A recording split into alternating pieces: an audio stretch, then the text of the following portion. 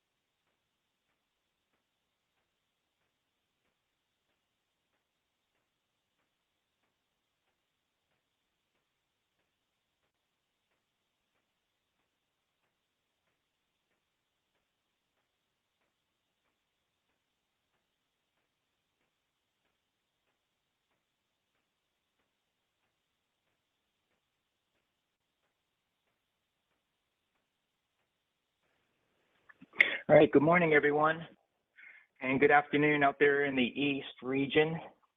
I'm Ron Dvorsky. I'm your training officer.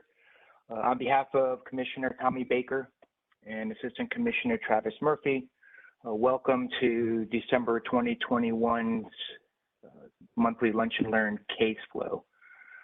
This is also the last presentation for the year. Again, I'd like to wish everyone a Merry Christmas, Happy Holiday, and a better year than what we've had in the last 2 years. So I just want to give you all an orientation of WebEx in case you need a quick refresher. Hey, at the bottom right-hand corner, you'll see a cloud. That's going to be for your chat. If you have any questions throughout the presentation, and if you want to send it to anyone, send it to Travis Murphy or myself, and we'll get those answered for you, or you can just go ahead and send it to everyone. It doesn't matter. You don't need to have your camera on if you don't need to. One thing I like to point out is that within the next 24 to 48 hours, you'll get a training certificate for viewing this presentation. And I'd just like you all to mark your calendars for the upcoming training. We have a quarterly accreditation training in January 12th. Invitations went out on the 1st. February 2022 monthly Lunch and Learn to be determined. We're starting a new program during these Lunch and Learns. At the end of them, we'll provide you, service officers, any questions that you may have that want to discuss the benefits bulletin that we send out monthly. So that'd be an opportunity for any clarifications if you need. And we'll have the appeals team, Travis, and myself available.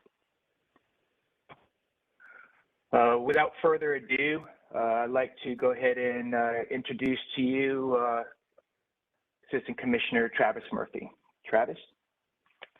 Hey, thanks, Ron. Appreciate everybody joining us today. I think we have a great training lined up. I know the Commissioner kind of previewed this at our annual conference that we were getting ready to roll out Caseflow, another VA tool to help you and support your advocacy. Our goal was to have everybody with access today. We're about 85% of the way there. There's still about 30 accredited reps whose access has been approved but is waiting implementation by VA.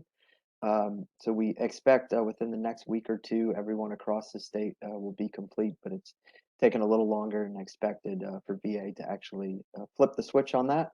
So many of you should be able to log in and follow along, and apologies to the few folks who are still waiting on that implementation.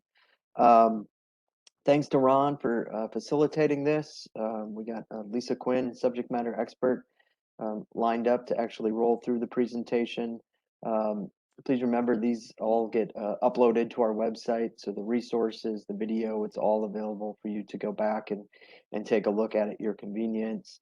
And then finally, just thanks for your advocacy and support. The Board of Veterans Appeals has ramped up their hearing work dramatically over the course of the last year or so, and we certainly couldn't do this without you. Your willingness to host veterans in your offices, to take advantage of these new virtual hearings and the technology that's available. It's really helped us kind of keep pace and make sure we do all we can to provide good, solid representation when folks have a hearing opportunity. So, thanks to you all. As Ron mentioned, I'll be here. The appeals team is here throughout the presentation. So if you have questions, use the chat box, chime in. And with that, Ron, I'll hand this off to Lisa, and she'll take us through Caseflow. Okay, Lisa, you have presenter rights. All right, thank you, Ron. Can everybody hear me? Yes, ma'am. Good. Okay, all right, thanks, folks. All right, well, the day you have been waiting for is here. Caseflow is being rolled out to county service offices. And so this is just going to kind of give you a broad overview of what is Caseflow, how does it work, and how is this going to benefit your advocacy. When we complete this presentation, you should be able to access Caseflow, view a hearing schedule, view a daily docket, and search for a particular case. Some of the terms, just some background information. Ron is going to send out a link. The BVA has a website with a lot of data, a lot of metrics, and it shows a lot of information in regards to the number of appeals pending, number of people waiting for hearings. And it's really useful if you want to check that and see. It also shows the timelines. How long is it taking for the different hearing options? How long are people waiting to get a hearing or to get a decision back? Even under AMA appeals, as it stands right now, the last I checked, it was 465 days from the day they requested an appeal or sent in their 10-182 until they actually got that hearing. So over a year, and actually that is taking even longer now. The BVA is focusing on cleaning out the backlog of legacy appeals. And so AMA appeals, unless it's advanced on the docket for some reason, those are kind of on the back burner right now. When I talk about legacy appeals, and I know that we went over this in our annual training, but just a refresher, that if the original decision came out prior to February of 2019, that appeal would fall under the legacy system. Those were the old appeals that had a statement of the case, a Form 9. If the decision came out after February 19th of 2019, that would fall under the Appeals Modernization Act, what we call the AMA. That's when you're looking at the 10-182s, and where the veteran had the option to choose different options as far as what they wanted. Did they want direct review only? Did they actually want a hearing? Did they only want to submit evidence? So that's kind of what we're talking about when we use these terms.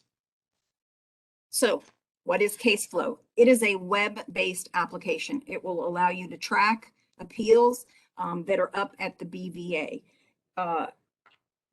Like Travis was mentioning, all but 30 CSO should already have an active account. The requests have been submitted. The VA is just working on actually setting those up.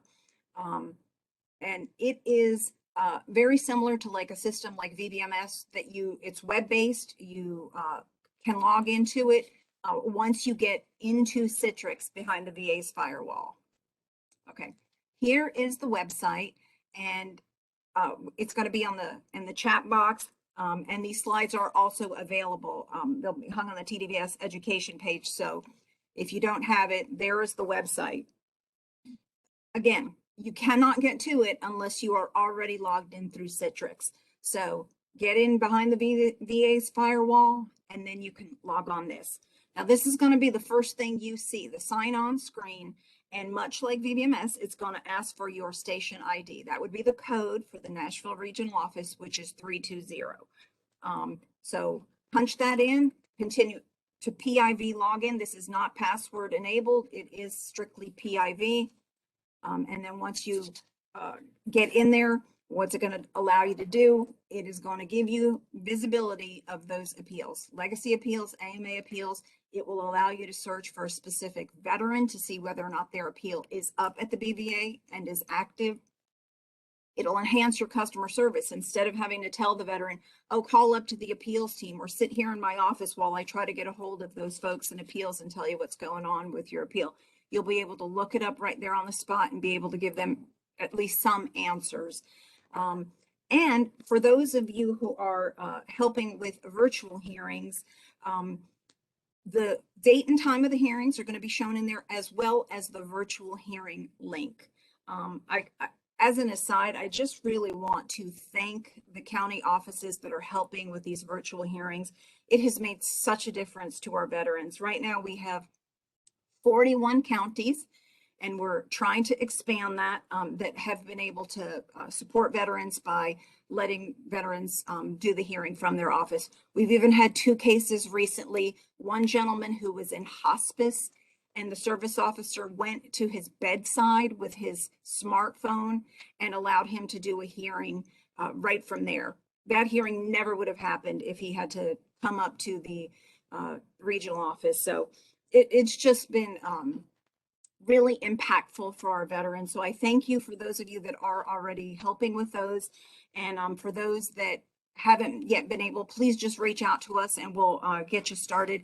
If you're able to log on to this WebEx, you would be able to help a virtual hearing. It is nothing more than a video call.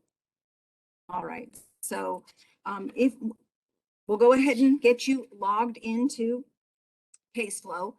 And this is what you're going to see. You're going to see a screen that's going to have a list of board hearings. It's going to show the dates on the left-hand side. It's also going to see, you'll see at the top, there is a box, a search box.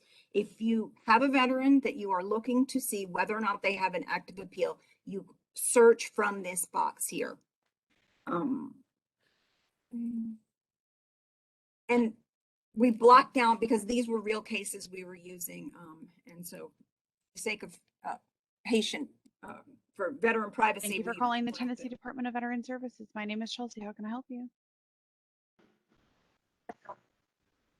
Somebody who's got a hot mic. You're going to see any and all appeals, active or otherwise, for a particular veteran. So this particular veteran, when I punched in the file number, showed that they had 3 appeals. Now you can see that 2 of them are listed as complete and 1 is still showing as active. Off to the far left, you'll see that there is a H in green, a little green H next to it. What that means is that they have requested a hearing for that particular appeal. One thing to note, sometimes if a veteran shows that they have a complete appeal, but they never did actually have one that got closed out, it could be that it switched to AMA. If the docket was established as a legacy appeal and then the veteran switched to an AMA appeal, they would create a whole new entry in Caseflow that shows that AMA appeal, and they would mark the legacy appeal as complete. And the disposition, which would show why or how it was closed, would show as convert to AMA. You could further click on these highlighted docket numbers, and it will bring up those particular cases and show you what exactly was this appeal about. Now, this one was one of the BVA's slides. This is not a real person or a real file number, but just so that you can see what you would, a case detail would look like. If you open up a file number, a veteran's file number or their docket number, it's going to pull you up on this screen, and it's going to show you a bunch of information. It's going to show you their power of attorney, what are the issues under appeal. A lot of times you'll see, if you see here, it showed 3 issues. Entitlement to TDIU, I think they did a poor job with this because they have it twice, but each of the issues will be listed. And if it was something that was on an SOC, but then they did not include it on their Form 9, it would still show up here as something that had originally been appealed, but under the disposition, it would say failure to advance. And so it's a good way to check and see, are the issues that the veteran's checking indeed what the BVA thinks is under appeal? We've discovered errors in this system, and knowing, far in advance is the best time to try to get the BVA to reactivate an appeal or reactivate an issue that they erroneously closed out for some reason. Okay. If the veteran has multiple hearings, they are going to be displayed at the bottom of that previous screen where the top showed all the information as far as these are the issues under appeal. What we're finding, especially under COVID, is that a lot of hearings were scheduled and then canceled out. They were canceled because the regional office was closed. They were canceled because of a million different reasons. Some were postponed. Some have been rescheduled. So all the hearings that had ever been scheduled will show up here. Now you'll see here, the first one on the bottom for November 8th, the VA made a note that it had been scheduled in error. And then you can see where it had been rescheduled for November 16th. It's really important to be able to know this information, where to find this information, because when the veteran was scheduled for that hearing on November 8th, a letter would have gone out. A letter would have gone out telling them they had a hearing. What the VA was not doing was sending a subsequent letter telling them, disregard, that November 8th hearing isn't happening. We've changed it to November 16th. What instead they did was send a whole nother letter that said, you have a hearing on November 16th. I have had calls from a lot of you that said the veteran has two different letters with two different dates. When is his actual hearing? This will allow you to be able to look that up yourself, and just tell the veteran, nope, that one on the 8th, it's okay. You don't, I know veterans get worried about being a no-show, but this will be, and you can see if they've postponed a bunch of times. The VA has been pretty lax with postponements up until this point. Right now, we have to show good cause. If they were not notified, because as we all know, the VA is having mail delays. So if the veteran never received the letter and didn't know they had a hearing, that would be just cause, and we could get the hearing postponed. But if they just don't feel like doing it that day, especially, even if they can't drive to a building with the ability to do virtual hearings from almost anywhere, the VA has gotten a lot more strict. What our good cause would be, medical appointments, illness, family emergency. So in the olden days, last year we could just send, hey, veteran needs to postpone this, and they would routinely do it. Now they don't even let the admin folks at the BVA do the postponement. They actually have to put it in front of the judge. And that judge has to be the one to determine whether or not it was just cause. And we are having people that we submitted postponement requests and the judge said no. And if they didn't show up, they were just marked a no-show. So, just be aware and advise veterans that is something that could happen. Okay, if we go all the way back out to when we first got to that board hearing schedule, I don't know if you can see this, but it shows a whole bunch of different regional offices.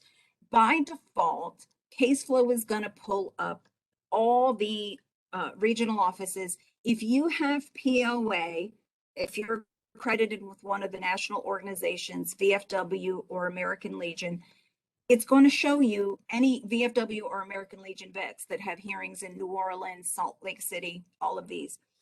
We're not really responsible for those.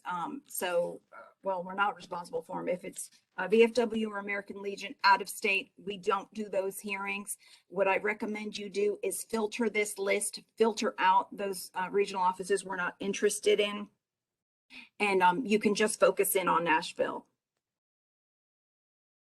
And just like most things you do, it's going to be that funnel that's at the top there next to the regional office in bold. and then you can scroll down and only highlight Nashville, and that will bring up the list of hearing days for Nashville.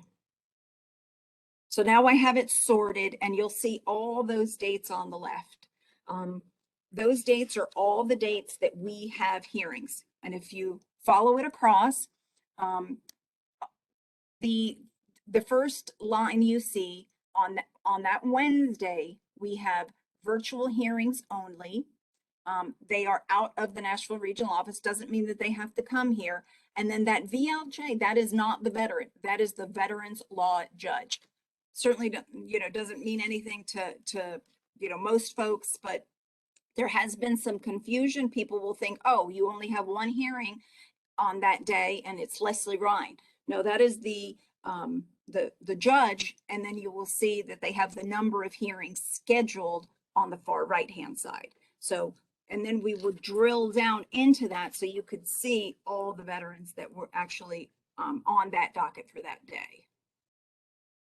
So when it pulls up the daily docket, here's just the first two that appeared. All 5 of those people that had been listed as having hearings that day. It's going to expand and show you the details of those cases. So the information that's been redacted is veteran's name, VA file number, address, POA, and then it would also show you the hearing type. You'll note one is video and one is virtual. And it's going to show the time of the hearing in both Central and Eastern time. BVA is in DC, they're in Eastern time zone. That also causes confusion because the letters sometimes don't make it clear, or the veteran doesn't, quite get that, oh, wait, they told me 9:30, but that's 9:30 Eastern time. So just be mindful of that. And as I was mentioning, the virtual hearing link is right there. You can just click on that and it will launch the hearing. It will get you into that hearing room. You wouldn't have to worry about getting those emails. For those of you that have been doing the virtual hearing support, you know that right now we're dealing with trying to get the BVA to send out emails. We are trying to put the links into VetraSpec when we get them or when we see them in here. It's a constant work in progress. We work with the BVA when we know a veteran wants to switch from video to virtual. We simply send an email. It doesn't really go through official channels. There's not even a 4138 involved. It's just a simple email to our individual scheduler, switch this guy. They will convert the hearing. We've even had it the morning of converted to virtual. So don't be alarmed if it still shows video. We send them nearly daily reminders. Hey, the hearing's coming up. Please go ahead and convert that. And again, if you have not received that email with the link, you can always get to it from here. And that is all the information I have. Does anybody have any questions for me about any of this, or you can contact me afterwards.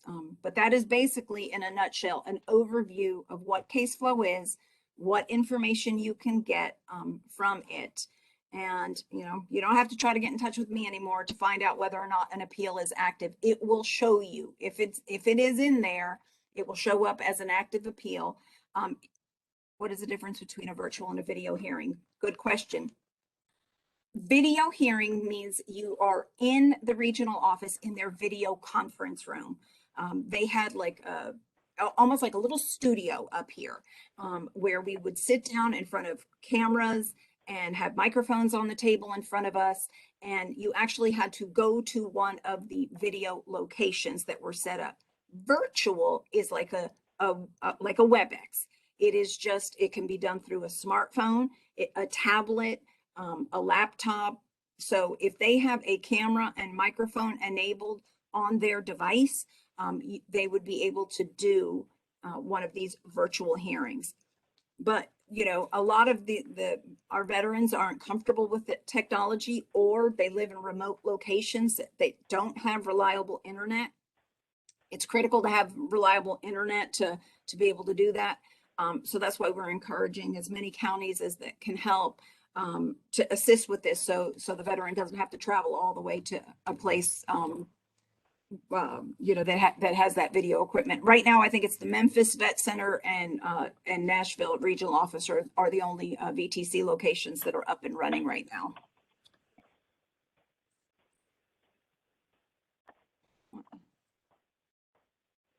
You just go through your general desktop. So when you get into Citrix, go to your general desktop, and you're just going to launch Google Chrome or whatever your web browser is and type in that address. It isn't an app that needs to be installed. It's just a web-based application.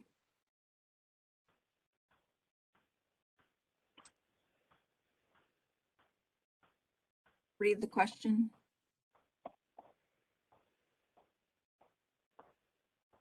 Okay, I don't see any more. So I got one here from Ashley. She says that hers does not show the veteran law judge. So is that because they're not scheduled yet? It could be. Sometimes they are not assigning the judges till the very last minute. The other thing is I actually on Friday have to sit in a webinar with the BVA. They are making changes to Caseflow. As it stands right now, if you look at it now, it'll show, all those different dockets. You'll see that on some days there are, 2 December 5th listed. That means that they are running 2 hearing rooms for us on that day. So, we may potentially have 8 veterans with hearings in one room and then 8 in another, and it could be a virtual room. So, the judge isn't as important. I like to monitor because I know which ones, there are about 100 of them and we've worked with almost all of them. So, you know how to tailor your argument a little bit if you know which judge you had. But yeah, Caseflow is changing. What they want to do now is that make it so that when you go to your home screen, that you just get one master list. These are all the veterans you have coming up and their hearing dates and times. So that's what they're moving towards. But so yeah, if you're not seeing the veteran law judges, could be it's not assigned yet, or it could be that this is one of the changes they've made already to Caseflow. Okay, anybody else that I didn't see, Ron? No, ma'am. I just posted a couple links that's attached to the training platform for the December 2021 Caseflow VBA virtual hearing fact sheet. If there's any questions, about virtual hearings, and also the BSO quick reference guide. And these are also available on my page. So Susanna asks, what is the best way to request a virtual hearing for a veteran? So because it has to go through us, it has to go from the BVA team to our coordinator. The best way, you can shoot us an email, give me a phone call, and just let us know, VeteranSpec ID number, and would like a virtual hearing, and we'll make that happen. Now, they don't really have the ability yet if they have not been docketed yet. So if they get that letter that says, your appeal has been certified, that just means they're on the waiting list up at the BVA. You're on the docket, but that's just after certification. Only about 60 days out do they actually get locked in. And at that point, we can switch them to virtual. If they sent in a 4138 previously that said that whenever this guy's hearing comes up, he wants it to be virtually. Right now, they don't have an automated system to track that, and they're not really going back through VMS. So that's why we like to wait until the hearing, actually, we have a date locked in, and then we can switch it. So that way we, make sure it happens until the BVA comes up with a system solution.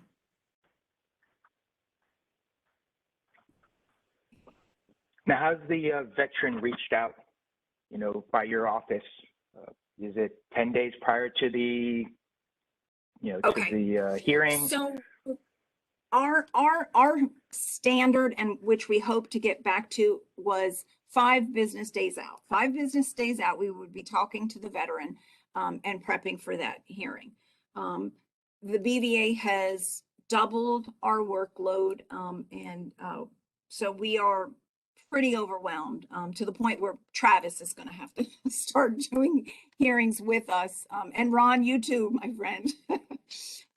So there are some veterans who it's a day or two ahead of time that we're calling them. Please reassure your veterans, we have not forgotten them. If you think that we may have, right now we have Jonathan and Travis are making phone calls, just kind of a, hey, did you know you have a hearing?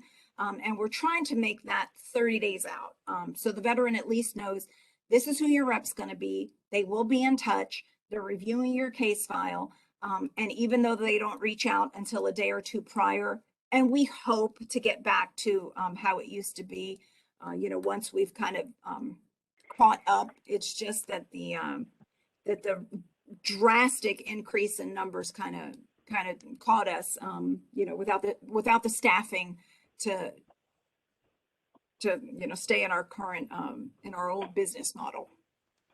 And Lisa, I'd just add, it seems the board got out a little too far in terms of scheduling, right? They were in some cases 90 days out. And I think what they've discovered now is that's probably way too soon to notify somebody and expect them to remember that, put that on a calendar and be prepared. So TDVS has tried to fill that gap by saying, the BVA hearing letter goes out 60 to 90 days out.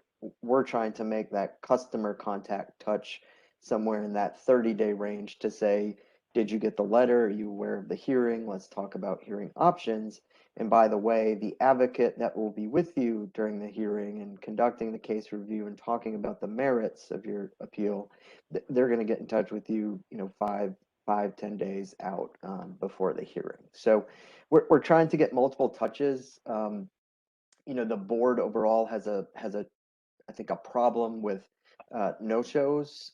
We're doing pretty well in Tennessee. Over about the last year, we're at about a 3% where we can't get in touch with somebody just doesn't show for the hearing, which is really, really low. I think the board is probably in that 40-50% range, which they're trying to tackle. So we're trying to help that by making those customer service calls. But I would say if there's doubt or concern about whether a hearing's being tracked, don't hesitate to reach out. Shoot a note to Lisa or her team, myself, Jonathan, anybody at Appeals, and we'll run it down and just double check and make sure. And just one follow-up, if there are those that are not on our radar for a variety of reasons. If a veteran stays with TDVS and moves to a different state, in the olden days, we couldn't travel out of state to represent them, but now with virtuals, we can. But it's not going to show up on the Nashville docket, and I wouldn't be aware of it. Sometimes those veterans, especially for our counties along border states, those veterans will cross state lines and come to you and say, hey, I have this hearing. If it's TDVS, I can manually add that so that I know that, to provide representation for that hearing.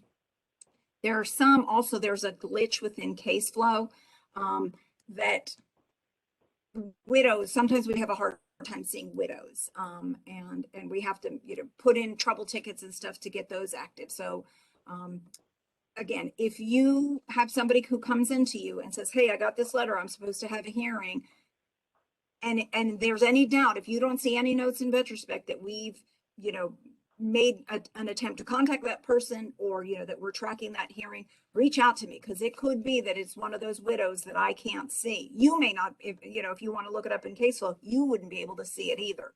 And, that's why we would have to submit one of the IT trouble tickets to get access to that file.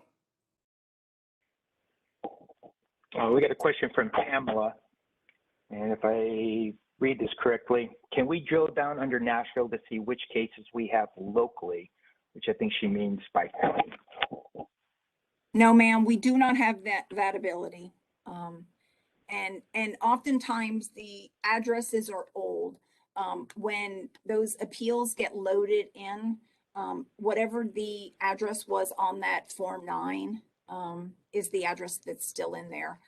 So oftentimes, phone numbers, addresses have changed, changed multiple times since that appeal got created. If you think about it, some of the hearings that we've been having recently are people who filed a Form 9 in 2015, 2017. So, there's a significant delay in between when an appeal was initiated and when they finally get their hearing. And Lisa, you all kind of raise a great point. Another way you can help us is every time you touch a veteran, double check the contact information in VetRespect, double check that confirmation. Double check that address, phone number, email that's in VBMS and VA systems, because the board is doing something similar. They're making calls, they're trying to reach out. Everybody is trying to connect with these folks, but for some folks, it's just been so long that none of this information is accurate, and we really have trouble reaching them. So any contact you have, always double check that information and make sure it's accurate, both in VetRespect and in VA systems. And the VA, if they have an email address on file, which they don't for, it's about 20% of veterans, they have an email address, they will send hearing reminders over email. And that way we don't have to worry about the problems with the mail. So if you get an email address for a veteran, put it in, send it in. That would ultimately help. They greater the chances that they're going to get notifications about their appeals. Okay, that is all I have unless there are any more questions. And that's all that I have in the chat too, Lisa. All right, I thanks, appreciate Ron. your time and putting this all together. And Travis, do you want to open up about the benefit bulletin? Yeah, I've just had some great feedback recently about providing additional opportunities just to connect and be available to talk through or answer questions about the information we're putting out. Again, we have tried over the course of the last couple years to provide information in a more predictable way, and so we do it generally once a month through the benefits bulletin. The team at Appeals and Ron and regional directors, we all kind of sit down and take stock of what we've learned over the course of the last month, what we've heard from folks in the field, try and distill that information into something manageable and provide a lot of resources within the documents through links and hanging things on web pages and cycling back to the source document. Our goal is to publish these by the second Wednesday of the month. So you should see December's iteration here today or tomorrow. The last benefits bulletin from November, just a couple of quick highlights. We've been flagging VA regulatory updates. Probably one of note is that VA can now accept uncertified copies of service documents. They had pretty horrible experience during the pandemic trying to work with MPRC. And so they made a regulatory change that allows them to verify service in a easier manner. A couple of tips based on some of the quality review feedback. There's a section in there about how to ensure TDVS representation during informal conferences. Remember, these are part of the higher level review disagreement option. You need to provide a specific name of a representative, Lisa Ware, and contact information for her to ensure that we're prepared to represent that veteran. So the benefit bulletin itself carves that out. The other thing we continue to see really frequently is just a lack of signature on certain forms and documents. I think some of it is just we're all extremely busy. We're jumping from one thing to another. We're wrapping up with a client and the phone rings or an email comes in. And so just would ask everybody to take a second at the end of the client engagement when you're done preparing forms, hit that save and print button in VetRespect, pull that up, scan it, make sure that the signature's in there, that it was affixed properly, it's in the right place. I think that would really be helpful. Happy to open this up if anybody has questions. about the presentation today, appeals, benefits bulletin. Ron, maybe you can just highlight the upcoming trainings, kind of close this out, and then I'll ask the appeals division team members and you and I, we can just hang out here for 10, 15 minutes and take any questions that anybody has. Okay, post and so they can take a photo of this or add this to their calendar, but here's what the next training is going to be. And we're already working into the training for next year as well.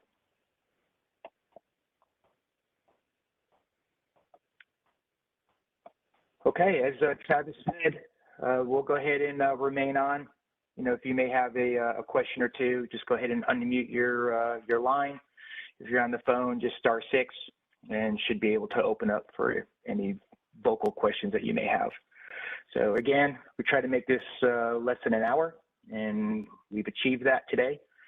And again, I look forward to 55% of the community has already RSVP'd for the mandatory quarterly training for VRE, and that's actually coming from the program managers over there at the VA regional office here in Nashville.